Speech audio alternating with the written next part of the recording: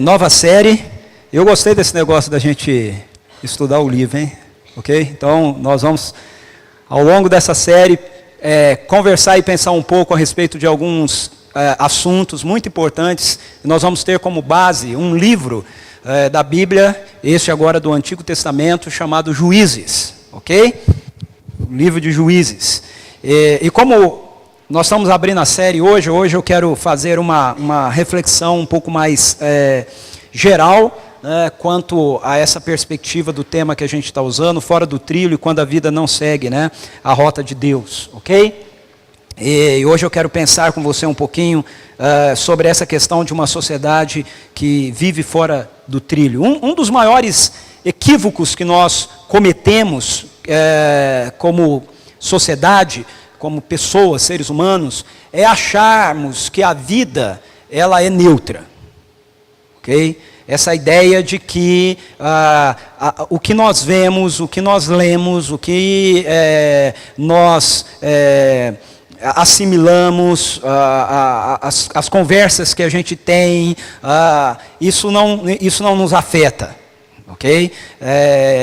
Aquela ideia que a gente fala às vezes assim, eu vou ver isso aqui, eu vou assistir isso aqui, mas isso aqui não me influencia, né? Eu não vou me deixar dominar por isso. A verdade é, desde que o mundo é mundo, e desde que a gente sabe que o ser humano, ele pensa, ele reflete, os pensadores, né, os filósofos, já discutiam, o que aconteceu aí? Já discutiam essa questão de realidades que nos influenciam ou para o bem ou para o mal.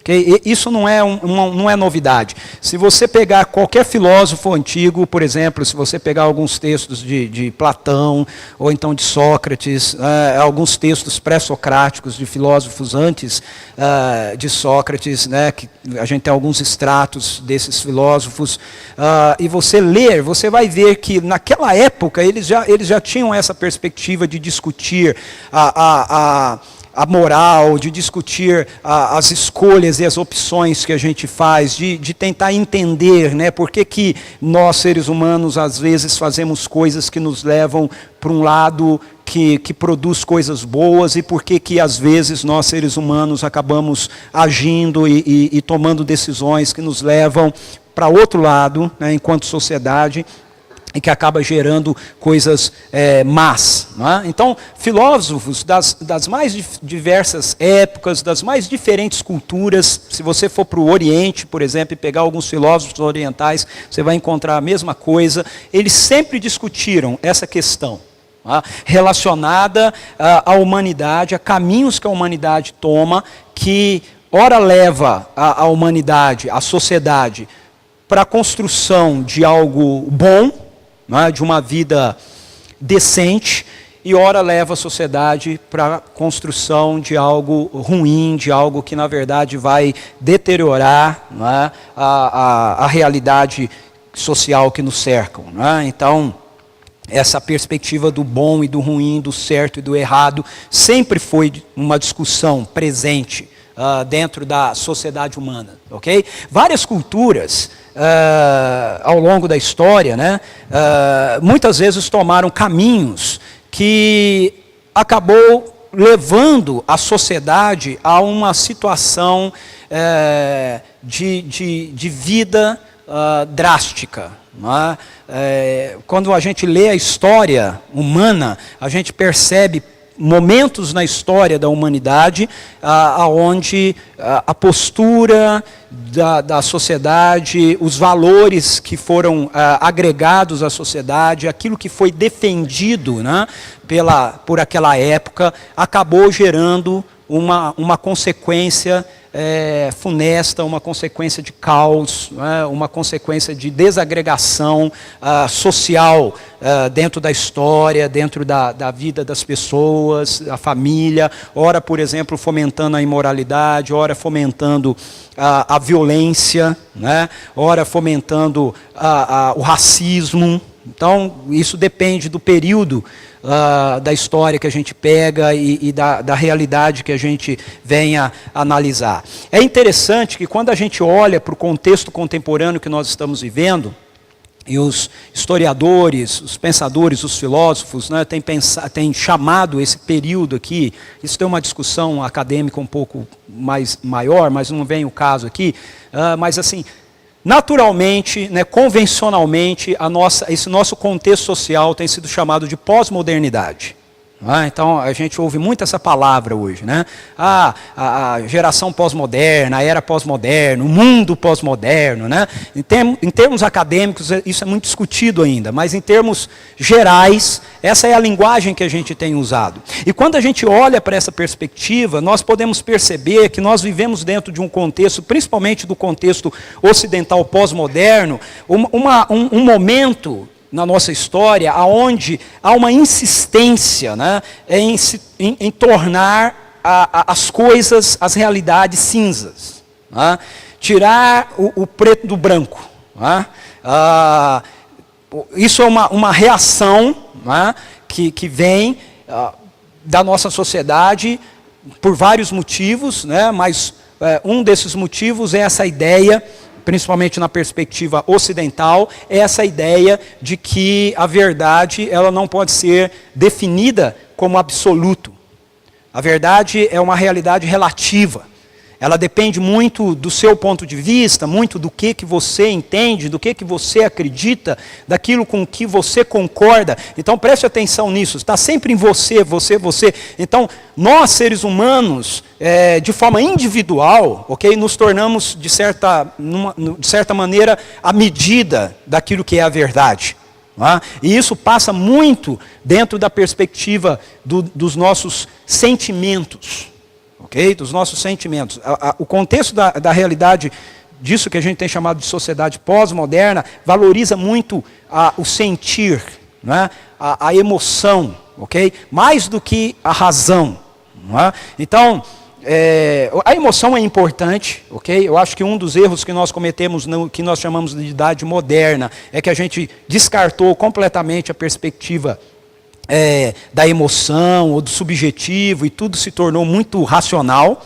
Mas o erro que a sociedade pós-moderna comete é justamente ir para o extremo oposto. É a gente começar a achar que não, tudo tem a ver com o que eu sinto. Se eu não sinto, então não é real. Se eu não sinto, então não é verdadeiro. Eu não sinto assim, então isso não é assim para mim. Então, a gente vê, hoje em dia, dentro da nossa sociedade, todo esse esforço, toda essa perspectiva de fazer com que as coisas fiquem meio cinzas, né?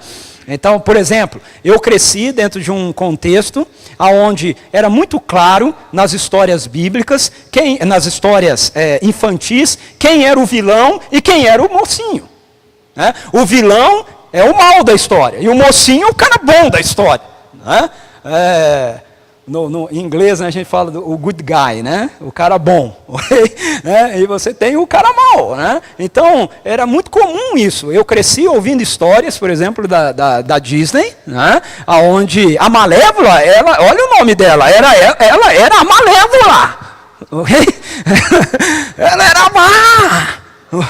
Ela era a bruxa do negócio. Né? Mas aí eu assisti um filme mês passado, junto com a minha esposa, né? Da Malévola. Cara, e eu saí de lá amando a Malévola, dizendo, cara, a Malévola é muito boazinha, ela é legal, né? Poxa, ela não é aquilo que eu imaginava que ela era, né? Mais sério ainda do que isso, né? Eu saí de lá com aquela sensação assim, puxa, tem uma razão de ser para a maldade da Malévola. Não é? E isso é o cinza.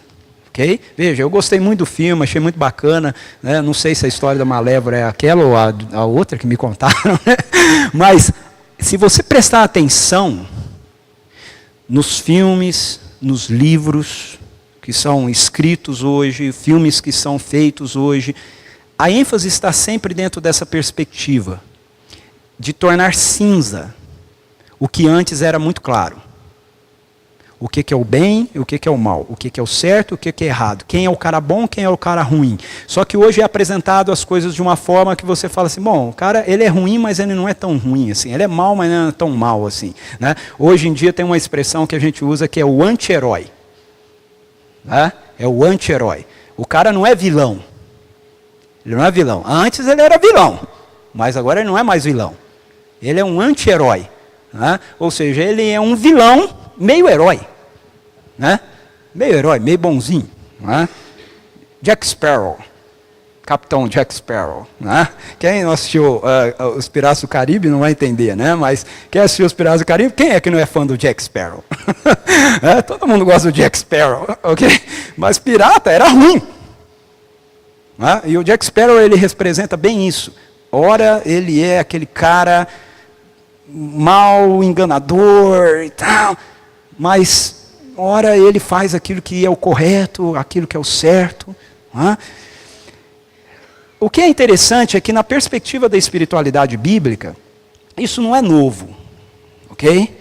Na perspectiva da espiritualidade bíblica, o ser humano, ele é apresentado como sendo obra de um Deus pessoal que cria um mundo bom e perfeito e que faz o ser humano a sua imagem e a sua semelhança e que diz para esse ser humano que ele tem a responsabilidade de agora cuidar e de gerenciar esse mundo bom e perfeito que Deus criou e que ele deveria fazer isso numa decisão de depender de Deus nesse processo, de ficar ligado a Deus nesse processo.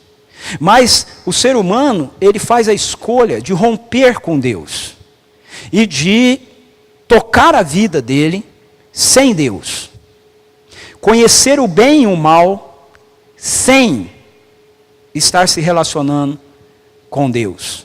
Então, comer o fruto do conhecimento do bem e do mal, comer da árvore do fruto do conhecimento do bem e do mal, implicava em você romper com a sua relação com esse Deus Criador e conduzir a sua vida a partir de você mesmo. E quando isso acontece, as Escrituras mostram para a gente que a humanidade ela entra dentro desse processo que vai fazendo com que toda a realidade da criação boa e perfeita de Deus seja atingida. E o argumento que a sociedade que quer viver de conformidade com os seus próprios intentos, os seus próprios interesses, começa a usar, e usa hoje, é que Deus não existe. Deus não existe. E se ele existe, ele é um sujeito que está bem distante, ocupado com outras coisas, ele nos criou e colocou aqui, mandou a gente se virar. É a ideia do agnosticismo, ou então ele não existe, que é a ideia do ateísmo. Então, quando uma sociedade quer andar por conta própria, a primeira coisa que ela precisa fazer, realmente, é colocar Deus de canto. Porque pense bem, se Deus existe, se a gente admitir que Deus existe, e que Ele é de acordo com aquilo que esse livro, as Escrituras Sagradas, a Bíblia Sagrada, nos apresenta sobre Ele, que Ele é conforme aquilo que as Escrituras colocam aqui, então nós estamos tolhendo a nossa liberdade de fazer as coisas do jeito que a gente bem entender. Porque a partir do momento que a gente admite a existência de Deus e admite que Ele é conforme aquilo que nos é revelado nas Escrituras, então a gente não tem mais a liberdade de fazer as coisas do jeito que a gente bem entender, do jeito que a gente bem quer. Porque nós somos reflexos desse Deus. Ao longo da história, muitas vezes esse não foi o argumento. Ao longo da história, e hoje em dia, em muitos países ainda, o argumento é que não, Deus existe. Mas esse Deus que existe, ele é decodificado conforme a nossa imagem e a nossa semelhança. Então você olha a história, por exemplo, e você vê deuses sendo criados pelos seres humanos, nas mais diversas culturas. E geralmente esses deuses, eles são feitos à imagem e semelhança do homem. Por exemplo, culturas da época da barbárie, da época da guerra, geralmente têm a criação de deuses que são guerreiros. Deuses que justificam a realidade de nós matarmos, de nós sermos, né, entrarmos em guerra, né, e tudo mais. Outras culturas que têm, por exemplo, uma perspectiva mais agrária, agrônoma da terra, então criam figuras de deuses que estão mais relacionados a essa perspectiva, né, da terra. E como a maioria das culturas, elas têm elas não são focadas num único ponto, mas elas têm, né, um conjunto de realidades que compõem a sua estrutura social, então a maioria das culturas também não tem um Deus. Tem um panteão de deuses, né? Ou seja, tem vários deuses para responder aos mais diversos segmentos que aquela sociedade tem. A gente vê isso na história, entre muitas culturas hoje em dia e vê também ao longo da história. Se você pegar, por exemplo, os gregos, né, você vai ver, inclusive eu coloquei aqui, né, a imagem de um dos deuses gregos. Sabe que deus que é esse? Quem adivinhar, me dá de presente um vinho. Baco! Ganhei um vinho da... Brincadeira, né? Baco, né? Os gregos, né, e os romanos também, eles tinham muito essa cultura, né, da festa, né, e nessas festas eles geralmente bebiam muito e comiam muito, então eles criaram um deus que refletia isso, Baco. Assim como também havia muitas vezes nessas festas bastante promiscuidade, aí eles criaram uma deusa para justificar isso, né, Diana ou Afrodite, ok? E assim por diante. Quando a gente olha ao nosso redor, se a gente tiver o mínimo de bom senso e de senso crítico, a gente vai perceber como é que a cultura pós-moderna, ocidental, ela tem vivido a sua vida fora dos trilhos, daquilo que as Escrituras apresentam para a gente como o projeto de Deus para a vida humana ser desenvolvida. Se nós percebermos, nós vamos olhar e vamos notar que essa nossa sociedade contemporânea, ela também tenta se justificar e fundamentar os pressupostos da sua vida em cima justamente do mesmo padrão. Deus não existe. Deus não existe.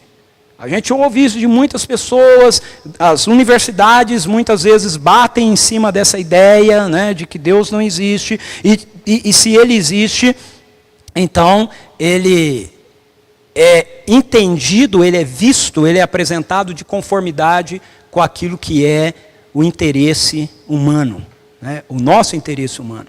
Okay? Os nossos interesses em relação àquilo que a gente deseja que Deus realize, que Deus faça para a gente. Quando a gente abre a Bíblia, nós somos surpreendidos pelo fato de que através da palavra de Deus escrita, Deus demonstra para a gente já essa realidade, né, que não é nova. E Ele demonstra para a gente também a sua capacidade de interagir com o ser humano dentro dessa situação de vida onde ele é posto de lado como Deus, onde ele é tentado deixar de lado ou onde ele é apresentado de uma maneira que não é aquilo que ele mesmo reflete de si para nós. Um desses livros da Bíblia é justamente o livro de Juízes, que é o que eu gostaria de estar olhando com você ao longo dessa série aqui. Esse texto das Escrituras Sagradas, ele nos apresenta o momento da história de Israel, depois que o povo chegou sob a liderança de Josué na terra prometida. E aí, através da liderança de Josué, eles entram na terra e eles começam a conquistar a terra. Josué morre, mas ainda uma parte da geração que viveu com Josué, o pessoal lá de Caleb, né, e etc., continuam vivendo e eles continuam liderando o povo no domínio da terra. Mas depois essa geração toda morre. E aí, o texto de Juízes mostra para a gente que aquela geração que ficou na terra prometida, que compunha o povo de Israel, era agora uma geração que não era mais liderada por homens que haviam conhecido intimamente esse Deus, né, que Josué servia, e por isso esse povo israelita agora, dentro da terra prometida, começa a se desviar daquilo que Deus estabeleceu como projeto de vida que deveria ser desenvolvido por eles dentro daquela terra. O desvio dessa nação, então, é apresentado para a gente, da nação de Israel, é apresentado para a gente dentro desse livro de Juízes aí, que acontece após a morte dos seus líderes, que haviam caminhado 40 anos com eles no deserto. Eu quero convidar você a abrir a Bíblia comigo em Juízes, então, e nós vamos dar uma olhada hoje no capítulo 1 e no capítulo 2. Enquanto você vai abrindo a Bíblia ou ligando a sua Bíblia, se você ligar a sua Bíblia e ela está no seu celular, lembra de deixar no Vibracal, tá bom? Por favor. Enquanto você vai abrindo, eu quero fazer um desafio para você.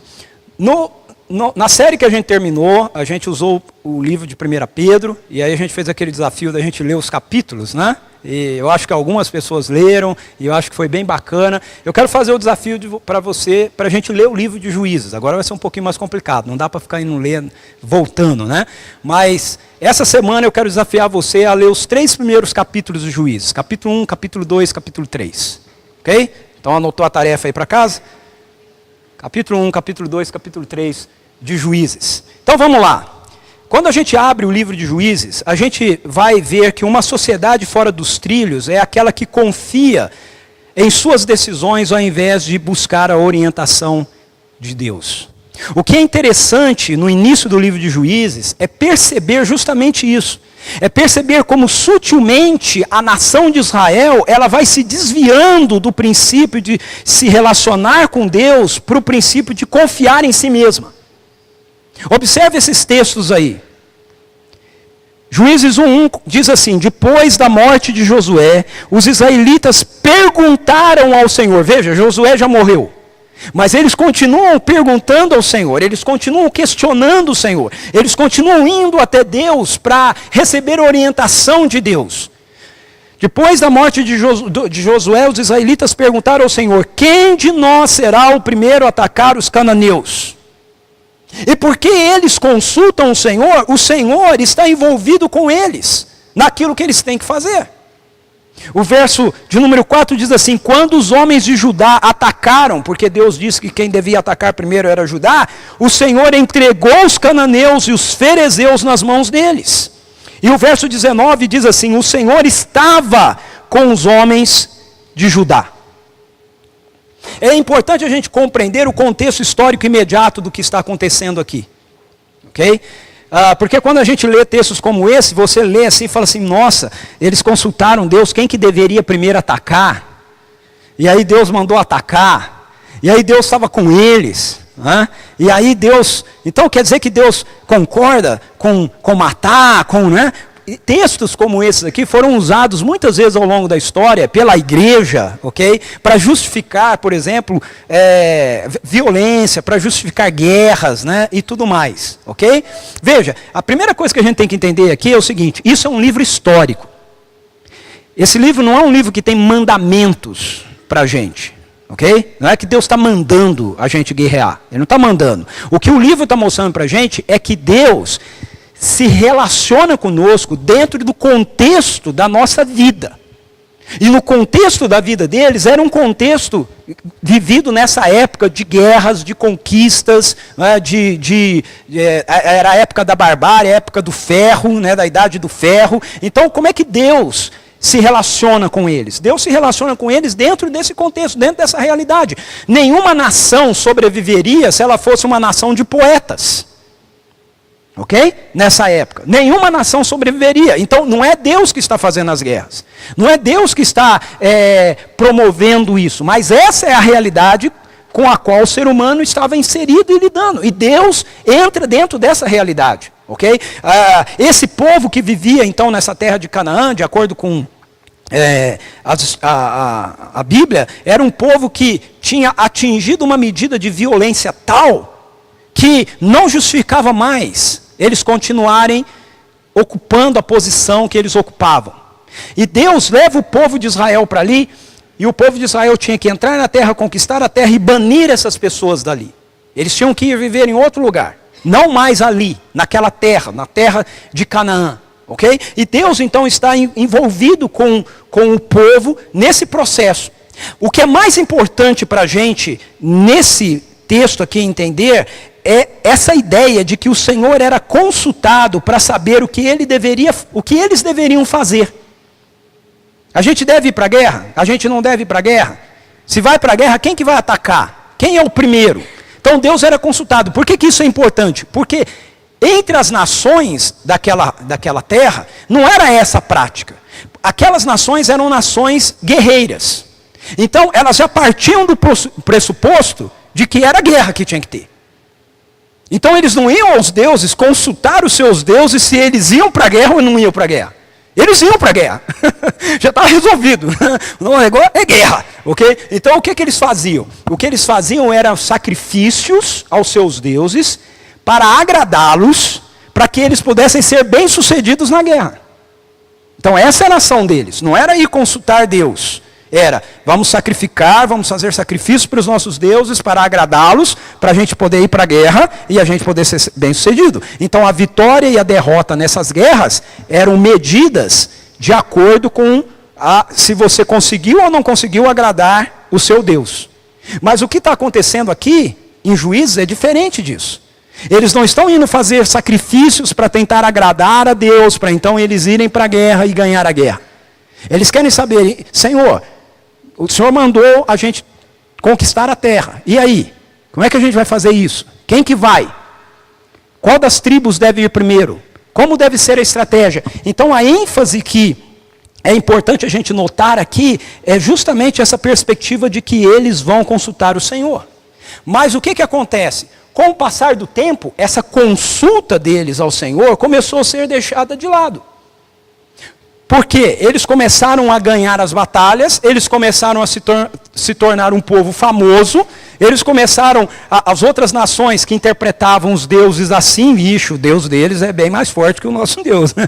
E eles começaram a ter medo dos israelitas, e o que os israelitas fizeram? Começaram a parar de consultar o Senhor, e começaram a fazer as coisas a partir deles mesmos. Olha os versos 28, até o verso 35 do capítulo 1. Eu coloquei só o verso 28 aí na projeção, mas eu vou ler até o 35. Quando Israel se tornou forte, impôs trabalhos forçados aos cananeus. Veja, Deus não tinha mandado impor trabalho forçado. Deus tinha mandado que as nações que estavam ali fossem banidas daquela terra. Elas não deveriam se tornar escravas deles. Elas deveriam ir viver em outro lugar. Mas eles começaram a ficar mais fortes, e eles vêm da experiência de escravatura no Egito. O que eles começaram a fazer? Escravos. Então, quando Israel se tornou forte, impôs trabalhos forçados aos cananeus, mas não os expulsou completamente. Efraim, que é outra tribo, também não expulsou os cananeus que viviam em Gezer, mas os cananeus continuaram a viver entre eles. Nem Zebulon, que é uma outra tribo, expulsou os cananeus que viviam em Quitron e em Naalol, mas esses permaneceram entre eles e foram submetidos a trabalhos forçados. Nem Aser expulsou os que viviam em Aco, Sidom, Alabe, Aquzibe, Elba, Afec e Reobe.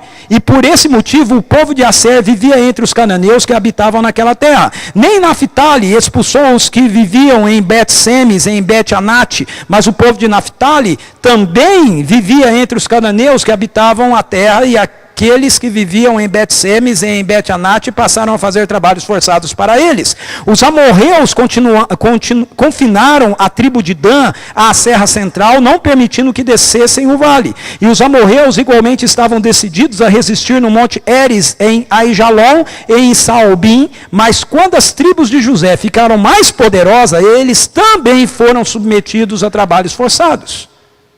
Então, esses textos mostram para a gente que essa nação que no começo, após a morte de Josué, ainda continua indo até Deus e consultando a Deus, com o passar do tempo, começa a se tornar uma nação soberba, uma nação arrogante, uma nação que diz, nós sabemos, nós temos coisas, nós temos recursos, nós temos inteligência, nós temos capacidade, vamos dominá-los. Param de consultar a Deus. Uma clara proposta da cultura pós-moderna que nós vivemos é justamente essa ideia do reforço da independência. de que nós somos uma sociedade tecnológica, nós somos uma sociedade racional, nós somos uma sociedade que evoluiu, nós somos uma sociedade capaz, nós somos uma sociedade que tem dinheiro, nós somos uma sociedade que sabe fazer as coisas. Esse negócio de você ficar acreditando em Deus e você ficar buscando Deus e você ficar por conta da religião, seja ela qual for, é um negócio primitivo. Uma sociedade que evolui não vive assim.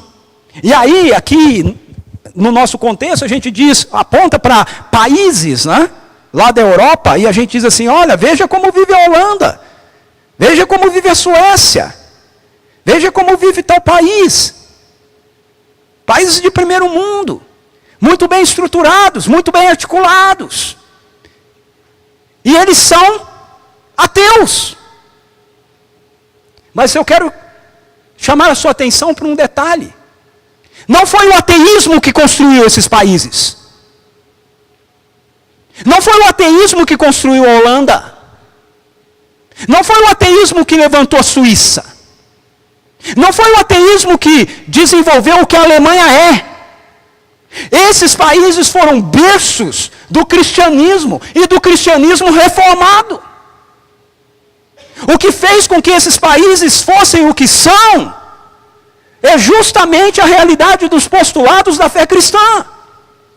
E que foi abandonada por esses países.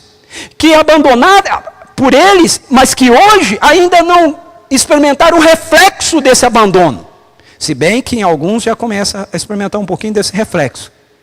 A gente precisa dar um pouco mais de tempo para a história.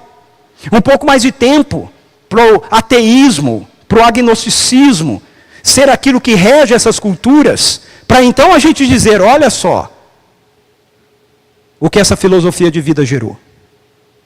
Porque o argumento que é usado hoje, por aqueles que defendem o ateísmo, o agnosticismo, ou qualquer uma dessas filosofias que entendem que Deus tem que ser deixado de lado, como sendo a realidade que a gente precisa ter, da ordem para a nossa sociedade, usam como argumento uma realidade que não é baseada nos fundamentos teóricos corretos. Então nós temos que dar tempo para que a gente possa perceber como é que uma nação que abre mão da realidade de ser dirigida por Deus, vai se tornar. Porque eu torno a insistir com você, não é a realidade que nós vemos nesses países, não é fruto da defesa do argumento do ateísmo, ou do agnosticismo, ou da ideia de que a gente tem que deixar Deus de fora da nossa vida social. Mas isso é o que a gente tem visto acontecer no nosso país. Por exemplo, com o argumento de que o Estado é laico, a gente se torna cada vez mais independentes. O fato do Estado ser laico só significa que ele não é dirigido pela igreja. Esse é o sentido do Estado não ser laico, do Estado ser laico. Porque houve um período na história que o Estado, ele era diretamente influenciado pela religião. No caso ocidental, pela religião cristã. A igreja tinha poder de decisão dentro do Estado. Então, dizer que o Estado é laico, não é dizer que nós não podemos orar nas nossas escolas, que nas nossas escolas as pessoas não poderiam ler a Bíblia. Não é isso. Mas, com base nisso, a gente tem visto, eu estou usando esse exemplo porque, trabalhando como diretor de treinamento da Mocidade para Cristo, eu tenho muito contato com essa área das escolas e tudo mais. A gente tem visto isso ser fortalecido cada vez mais dentro do conceito, do contexto do nosso ensino. Aqui em Vinhedo mesmo, eu fui numa escola conversar para apresentar um projeto e o diretor chegou para mim e falou assim, o senhor sabe, né, pastor, a escola é laica. Eu falei, ué, e o que isso tem a ver? Eu não estou pedindo para ela ser da minha igreja. Eu não estou pedindo para a minha igreja ter decisões dentro da sua escola. Eu estou apenas dizendo que nós podemos contribuir com valores. Mas o argumento em cima de que o Estado é laico é justamente essa ideia de empurrar Deus para o contexto privado da nossa vida. Na nossa realidade, ainda nós não chegamos naquele ponto, embora alguns batam nisso, mas ainda não é o forte dentro do nosso país, essa realidade de que, do ateísmo, de dizer Deus não existe. A perspectiva da nossa sociedade é mais dessa de colocar Deus no canto da nossa vida. Não, Deus existe, mas é um negócio seu, é na sua vida privada, não tem a ver com a questão pública e tudo mais. Nós não somos incentivados a orar e a procurar a sabedoria de Deus para as decisões diárias que nós precisamos tomar. Não somos. E aqueles que fazem isso são taxados cada vez mais de fracos, de manipuláveis, de fanáticos. É verdade que alguns merecem esses adjetivos, porque de fato a gente vê muita manipulação religiosa. Mas muitos outros não. São ridicularizados. Então a primeira característica de uma sociedade fora dos trilhos é essa. É uma sociedade que confia em suas decisões ao invés de buscar a orientação de Deus. Vamos voltar os nossos olhos para as Escrituras. Vamos pensar o que Deus pensa sobre esse negócio de sexo. Vamos pensar o que Deus nos diz sobre esse negócio de dinheiro. Vamos pensar o que Deus nos diz sobre esse negócio da família. Como é que é isso? O que Deus tem a dizer sobre isso? Não. Nós sabemos. Vamos fazer do nosso jeito.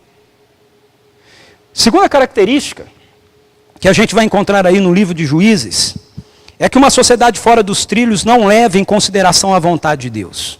Não somente deixa de consultar a Deus, mas aquilo que Deus já disse, aquilo que é claro, aquilo que foi apresentado por Deus, é completamente desconsiderado como obsoleto.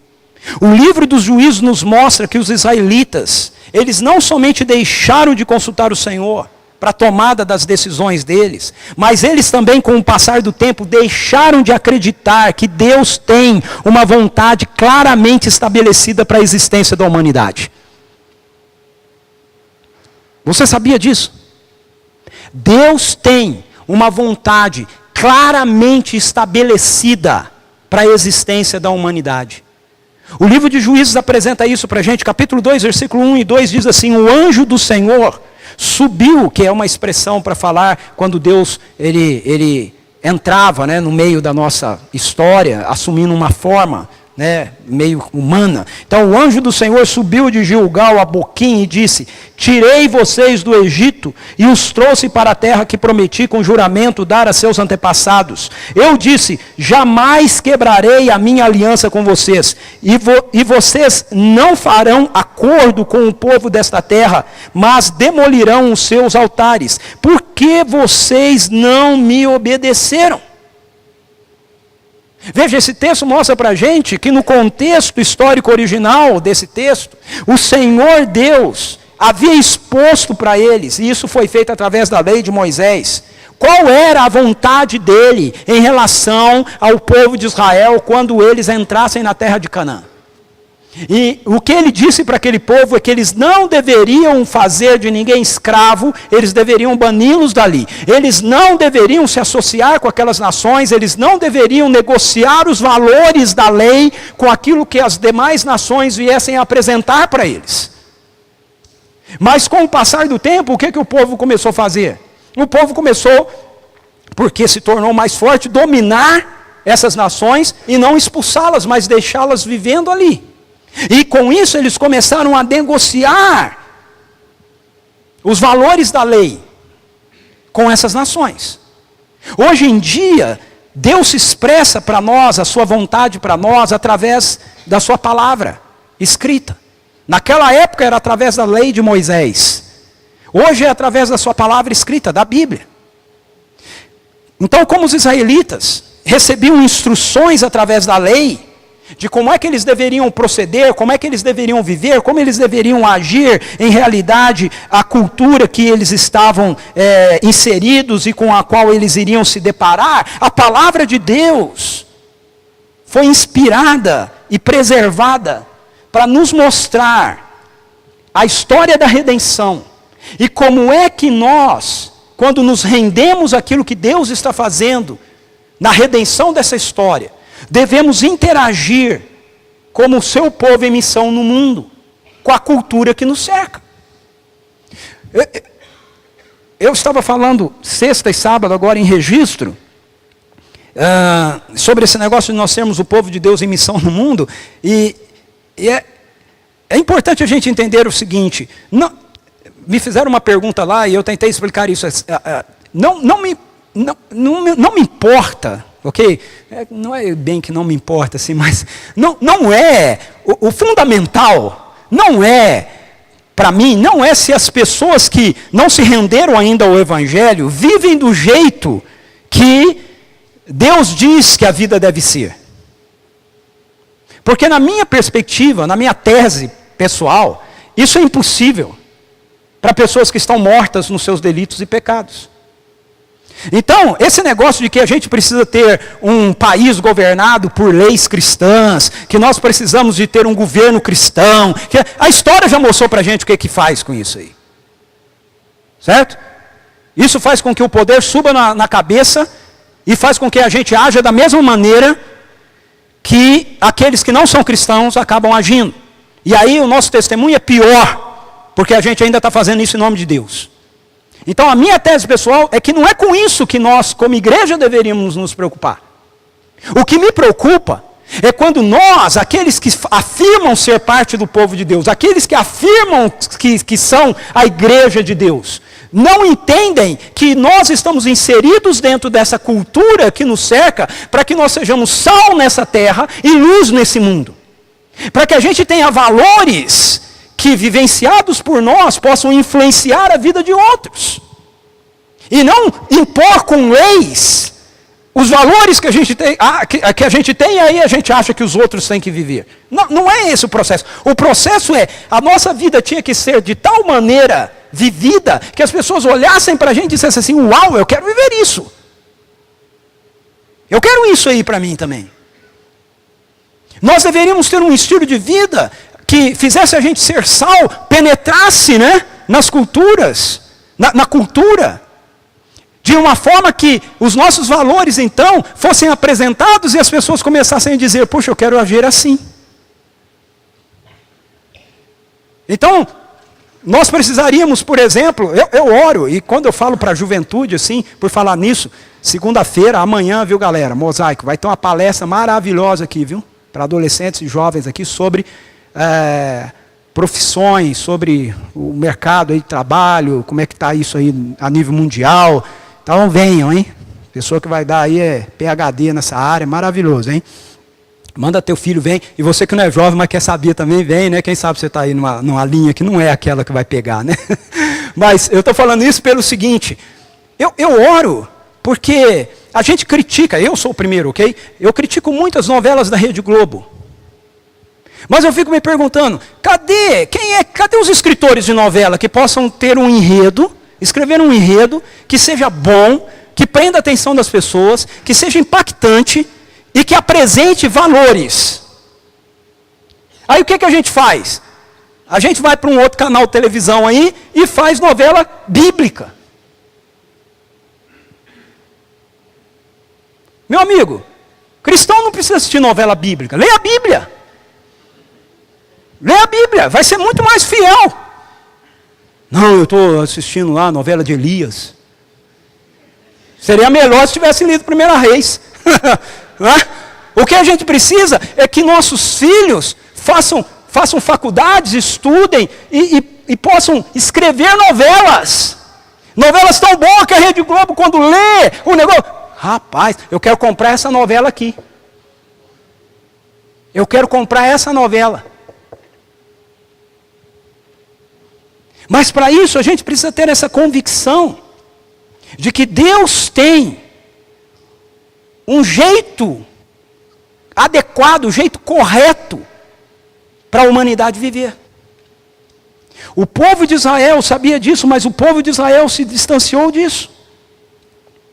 O problema é que, com o passar do tempo, uma geração que amava e temia Deus começa a deixar de existir. E essa geração não discipulou a geração que veio a seguir. Você vê isso nos versículos 7 e no verso 10 do capítulo 2. O povo prestou culto ao Senhor durante toda a vida de Josué e dos líderes que sobreviveram a Josué e que tinham visto todos os grandes feitos do Senhor em favor de Israel. Veja, enquanto aqueles primeiros líderes estavam vivos, o povo andou nos caminhos do Senhor. Depois que toda aquela geração foi reunida a seus antepassados, surgiu uma nova geração que não conhecia o Senhor e o que Ele havia feito por Israel. Eu fico pensando, meu Deus, como isso é possível? Quando eu leio esse texto, isso me dá um frio na barriga. Por isso que eu insisto tanto com esse negócio do mosaico, o espaço Kids. Porque nós podemos viver a nossa fé na nossa geração e nós podemos falhar em passar a fé para essa outra geração. Por isso que é tão importante esse negócio da gente investir em criança, adolescente, jovens, ensiná-los. Porque a nossa geração está indo. Se você está me ouvindo e faz parte dessa outra geração, fica tranquilo, ok? A sua está aí, mas a minha está indo.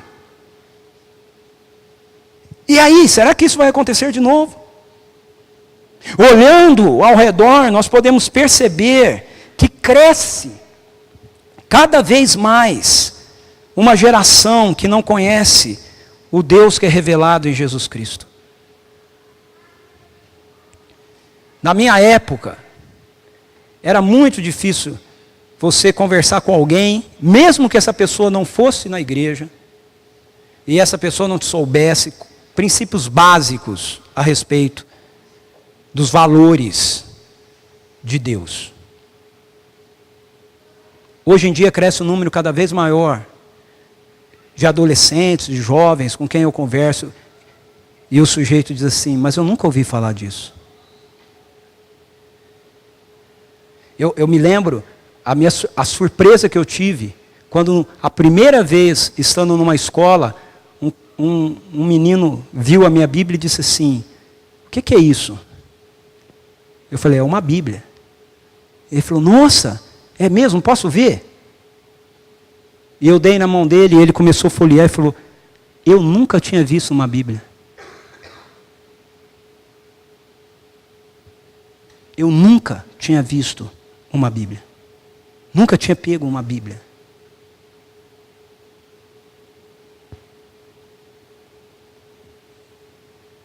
Nossa geração. Uma geração que vai crescendo, assim como os israelitas, sem conhecer o Senhor. Uma geração que anda atrás de uma caricatura de Deus. Ou mesmo que entende que Deus não existe. E se existe, é para que satisfaça as suas vontades. Então os israelitas fizeram o que o Senhor reprova e prestaram culto aos Baalaíns. É isso que a nossa geração tem feito. A Bíblia nos mostra que a vontade de Deus para nós seres humanos é que nós tenhamos uma vida de reconciliação com Ele. Esse é o desejo de Deus. Deus não quer que ninguém se perca. Ele deseja que a gente volte o nosso coração para Ele e a gente volte a depender novamente dEle.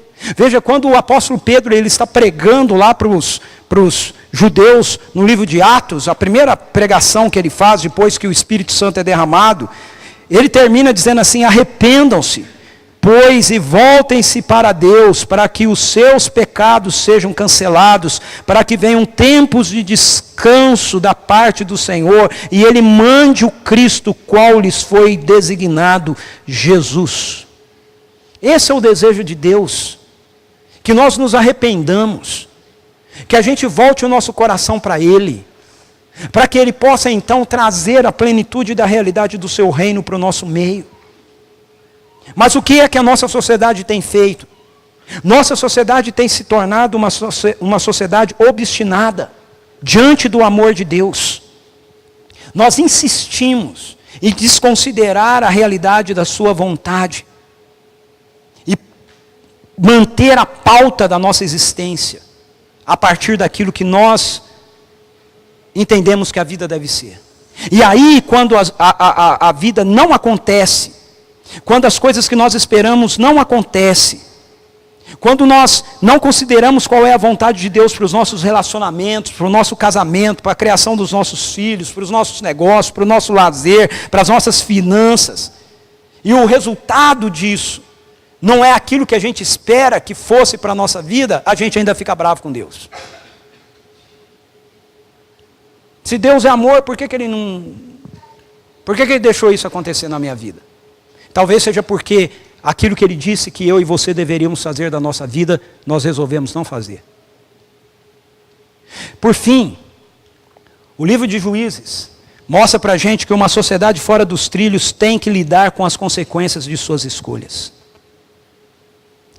Qual foi a consequência da escolha feita por Israel quanto a não dar atenção ao Senhor, não considerar a sua vontade? No caso deles, imediato, eles sofreram derrotas nas suas batalhas e a opressão dos seus inimigos. Veja o verso 15 do capítulo 2. Sempre que os israelitas saíam para a batalha, a mão do Senhor era contra eles para derrotá-los, conforme lhes havia advertido e jurado. Grande angústia os dominava. Se quando a gente lê isso, nós ficamos desconfortáveis, nós achamos injusto, nós pensamos que Deus é vingativo, então é porque a nossa mente está embotada pela realidade do príncipe das trevas, que faz com que a gente não compreenda a realidade de quem Deus é. O apóstolo Paulo, em 2 Coríntios, capítulo 2, versículo 4, ele diz assim: o Deus desta era cegou o entendimento dos descrentes para que não vejam a luz do evangelho da glória de Cristo, que é a imagem de Deus. Veja, esse texto nos mostra que se nós somos incapazes de reconhecer Deus revelado em Jesus Cristo, é porque o nosso entendimento está embotado pelo poder de Satanás. E essa é a questão mais triste do nosso mundo contemporâneo. Nós, como sociedade, temos escolhido descartar Deus de nossas vidas. Como sociedade, nós temos achado que podemos viver e fazer as coisas sem levar em consideração a vontade revelada de Deus para nós. Como sociedade, nós escolhemos rejeitar a revelação que Jesus Cristo nos faz de Deus. Nós escolhemos fazer de Deus um apêndice em nossa história, uma nota de rodapé na nossa existência. Aí quando a gente se depara como sociedade com a calamidade, com o caos, com o medo, com a violência, com o horror, quando nós vivemos grandes angústias, né, ao nosso redor, a gente fica abismado. Nossas novelas, nossos filmes, nossas séries, nossos programas de televisão fomentam promiscuidade, violência, desrespeito.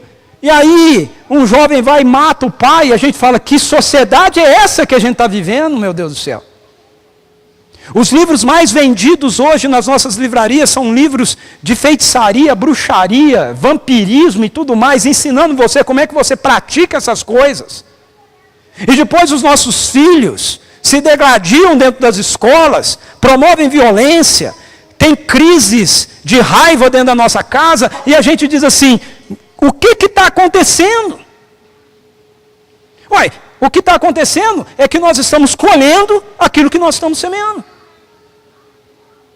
As Escrituras deixam claro para a gente, Gálatas 6,7 diz assim: não se deixe enganar, de Deus não se zomba, pois o que o homem semear, isso também colherá.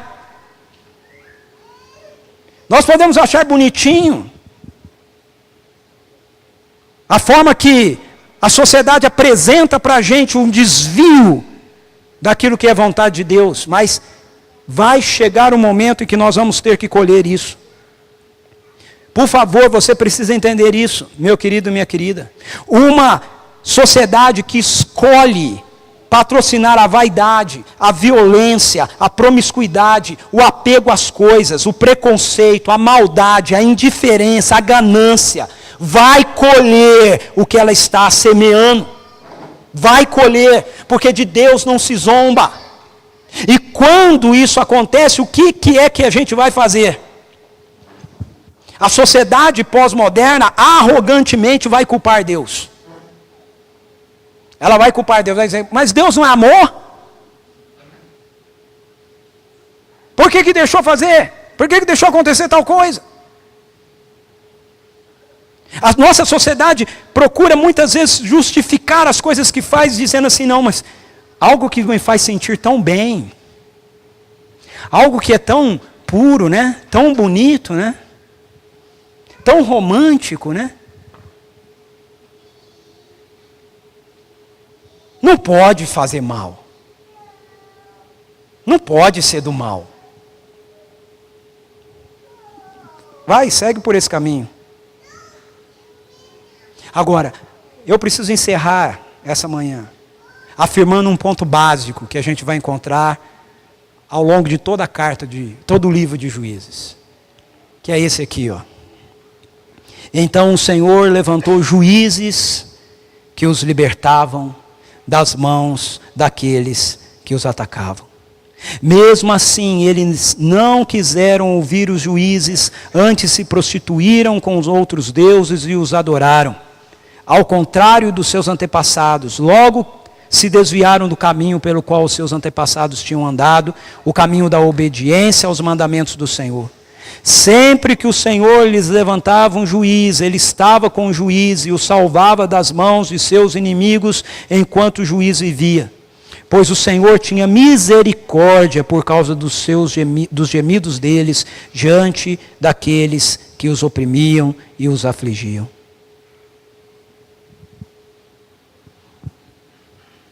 A boa notícia que a gente encontra no livro de Juízes é que apesar de nós, Deus leva adiante a história da redenção.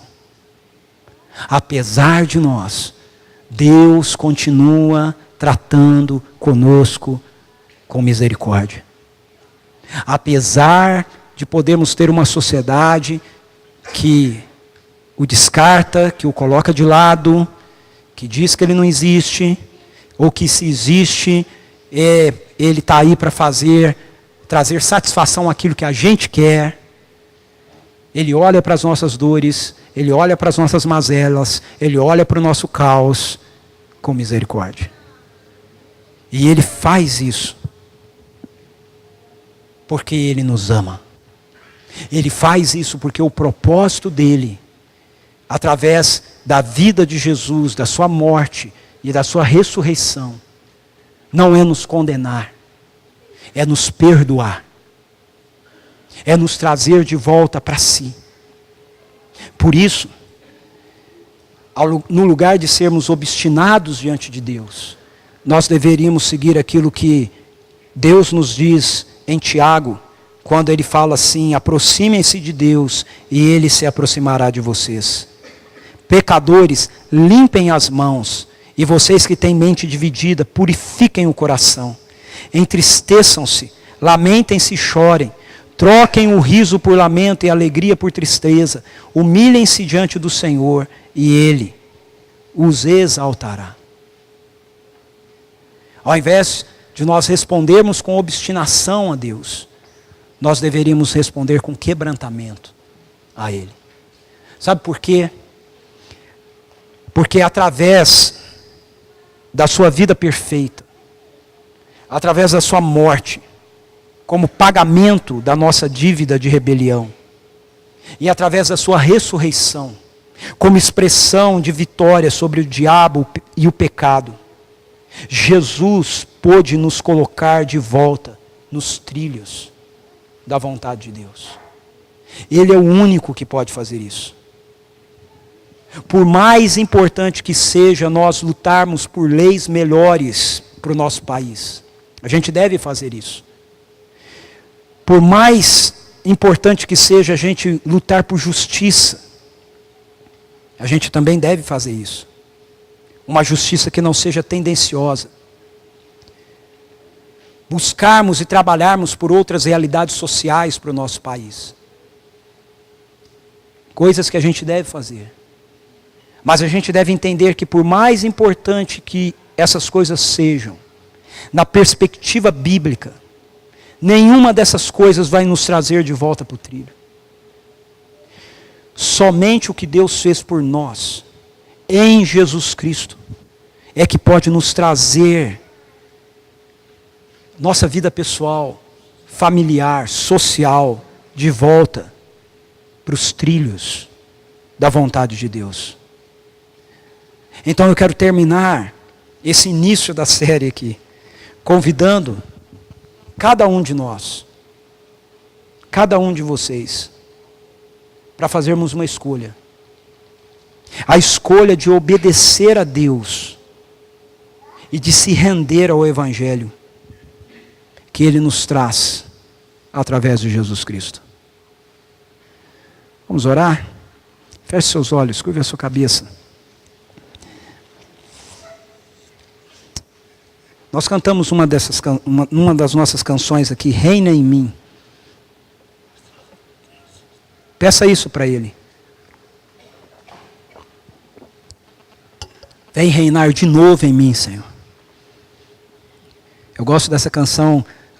Ela tem uma parte que diz assim: reine sobre a escuridão e reine sobre meus sonhos. Peça isso para Deus.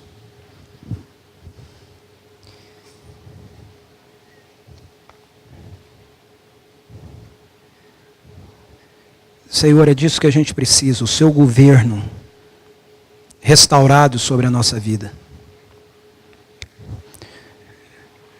Um povo que, afirmando crer no Senhor, viva inserido no meio de uma cultura divergente do Senhor, com valores que estão de acordo com a tua vontade. Para que assim então o Senhor esteja conosco, seja conosco, e nós tenhamos vitória. A nossa vitória hoje não é uma vitória numa guerra onde a gente destrói uma outra nação, mas é a vitória numa guerra por valores, aonde através do nosso estilo de vida, outros possam ser atraídos para o Senhor, outros possam ouvir a boa notícia do Evangelho e também se renderem ao Senhor e terem suas vidas trazidas de novo para o trilho, Pai. Faz isso na minha vida. Eu preciso disso, Senhor. Faz isso na minha casa, na minha família. Faz isso na vida de cada um de nós aqui. Faz isso na vida do teu povo. Em nome de Jesus. Amém. Amém.